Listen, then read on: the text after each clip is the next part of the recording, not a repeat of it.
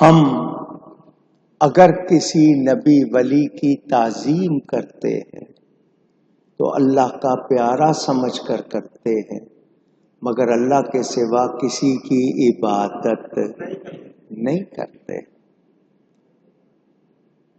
نبیوں ولیوں کو پکارنا اللہ کا پیارا سمجھ کر، اس کی 1400 سال میں آپ کو بہت باتیں ملیں گی۔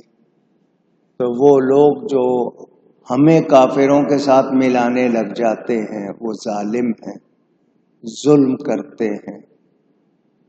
وہ کہتے ہیں وہ بتوں کو پکارتے تھے، تم نبیوں ولیوں کو پکارتے ہو، ان میں تم میں فرق کیا؟ تو فرق یہ ہے کہ وہ بتوں کی پوجا کرتے تھے، ان کو اللہ کا شریک ٹھہراتے تھے۔